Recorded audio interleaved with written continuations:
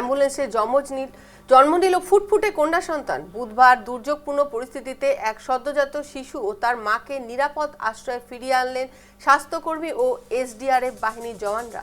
জানা গেছে, গেলকে নাপাম বড়ুয়াতির বাসিন্দা জিনা বেগমকে কালুগাঁও ব্লক প্রাথমিক স্বাস্থ্য কেন্দ্র থেকে শিবসাগর সিভিল হাসপাতালে স্থানান্তরিত করা হচ্ছিল।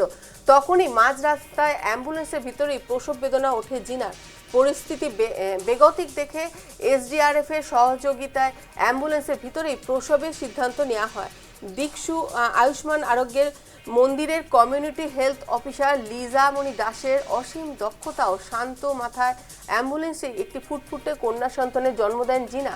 রাস্তায় সম্পূর্ণ বিচ্ছিন্ন অবস্থায় একেবারে উদ্ধারকারী দল ও স্বাস্থ্যকর্মীরা মা ও নবজাতককে কোলে নিয়ে পায়ে হেঁটে কয়েক কিলোমিটার পথ পাড়ি দিয়ে নিরাপদ হাসপাতালে পৌঁছান। বর্তমানে মা ও শিশু দুজনেই সম্পূর্ণ সুস্থ আছেন। প্রকৃতির রুদ্র রূপকে হারিয়ে নতুন প্রাণের আগমন। শিবসাগরে ভয়াবহ দুর্যোগের মাঝেই অ্যাম্বুলেন্সে নবজাতকের জন্ম।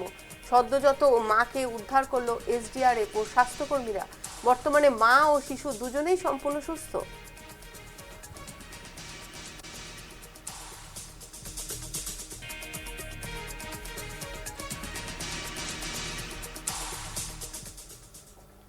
এখন নিয়ে